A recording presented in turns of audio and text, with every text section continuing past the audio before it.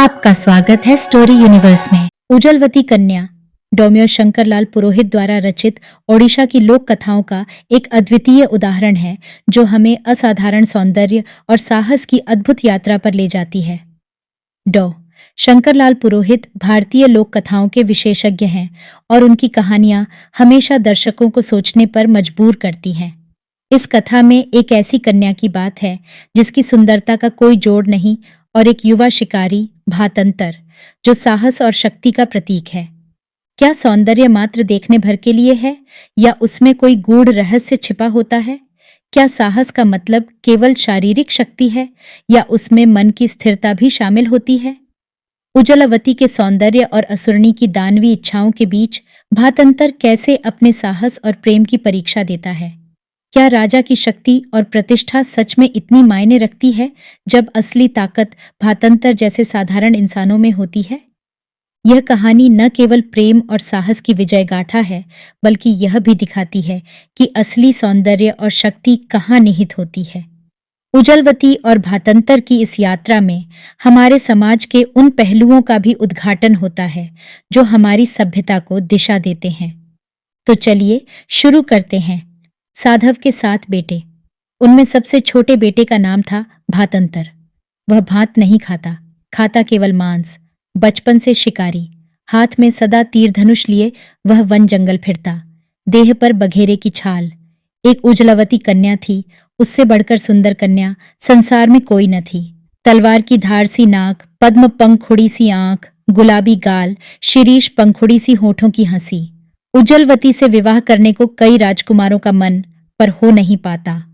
उजलवती एक असुरनी के घर में थी। असुरनी के मुंह में राजकुंवर का मांस लगा और कुछ अच्छा नहीं लगता। बूढ़ी असुरनी की जीभ लपलपाती रहे, कब कोई कुंवर आएगा।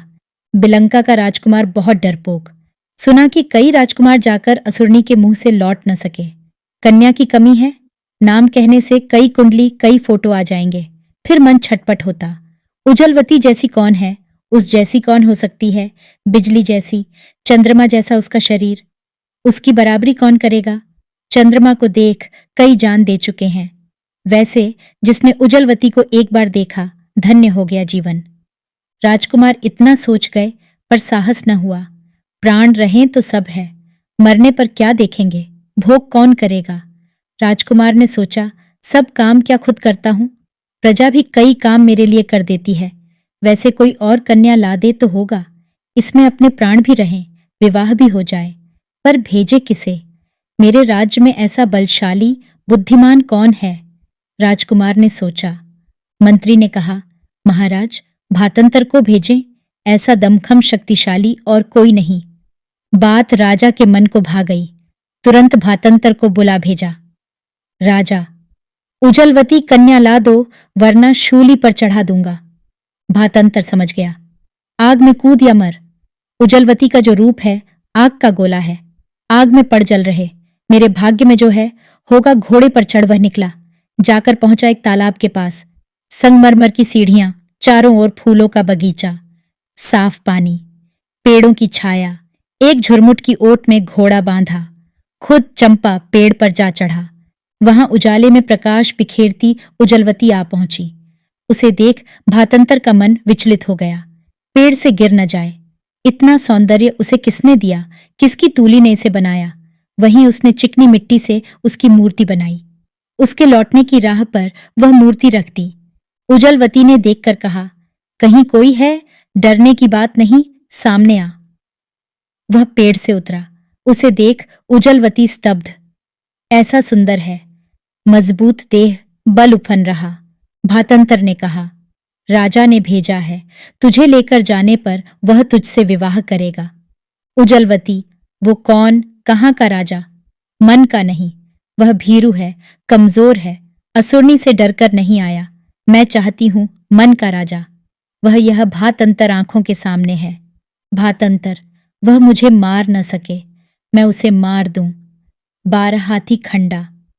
तभी असुरनी चर फिर लौटी। कहा, आदमी की गंध। राजकुमार नहीं पर है आदमी, बता। भातंतर खांडा लेकर सामने खड़ा हो गया।